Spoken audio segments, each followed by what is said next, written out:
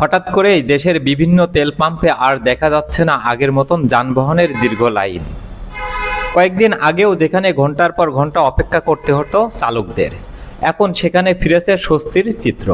সম্প্রতি জ্বালানি তেল নিতে গিয়ে চরম ভোগান্তিতে পড়তে হয়েছিল গ্রাহকদের। সকাল থেকে সন্ধ্যা পর্যন্ত লাইনে দাঁড়িয়ে থাকতে হতো। অনেক জায়গায় তৈরি হয়েছিল উত্তেজনাপূর্ণ পরিস্থিতিও।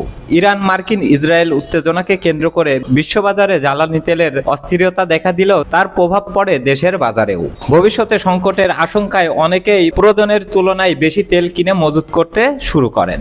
এতে হঠাৎ করেই বেড়ে যায় চাহিদা এবং চাপে পড়ে সরবরাহ ব্যবস্থা।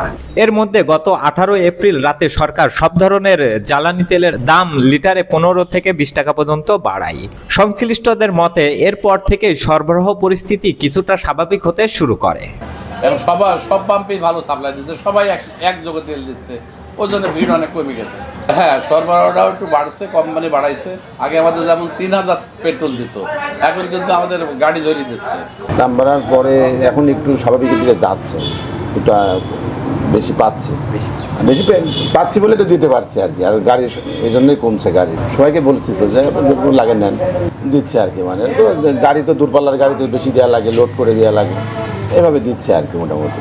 দাম বাড়ানোর পর এখন পাম্পে চাপ অনেক কমেছে, আগের মতো দীর্ঘ লাইন নেই, সরবরাহও ঠিক আছে। বর্তমানে পাম্পগুলোতে ভিড় কমে এসেছে, অপেক্ষার সময়ও উল্লেখযোগ্যভাবে হ্রাস পেয়েছে। এতে স্বস্তি ফিরেছে চালকদের মাঝে। আমি আসছি আজ 5 মিনিট হলো। এর আগে যখন তেল নিছি দেখা যাচ্ছে রাত্রে আসছি, সিরিয়াল দিছি, পাইছি হচ্ছে 8টা-9টার পরে।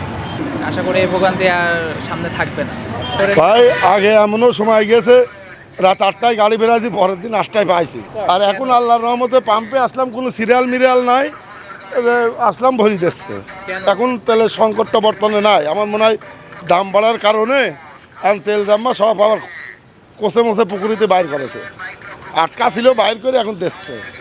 আমার কাছে মনে হচ্ছে যে ওই দাম বাড়ানোর জন্য এরকম একটা সিন্ডিকেট হয়তো বা হয়েছিল, যে দেশে লবণের জন্য সিন্ডিকেট হয়, সে দেশে তেল তো বিশাল কিছু। এখন তেল নিতে তেমন কষ্ট হচ্ছে না, আগের তুলনায় পরিস্থিতি অনেক ভালো।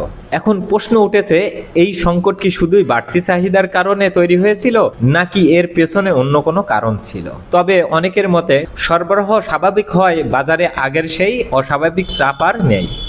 রিজভী আহমেদ, আন্দোলনের বাজার, ডিজিটাল।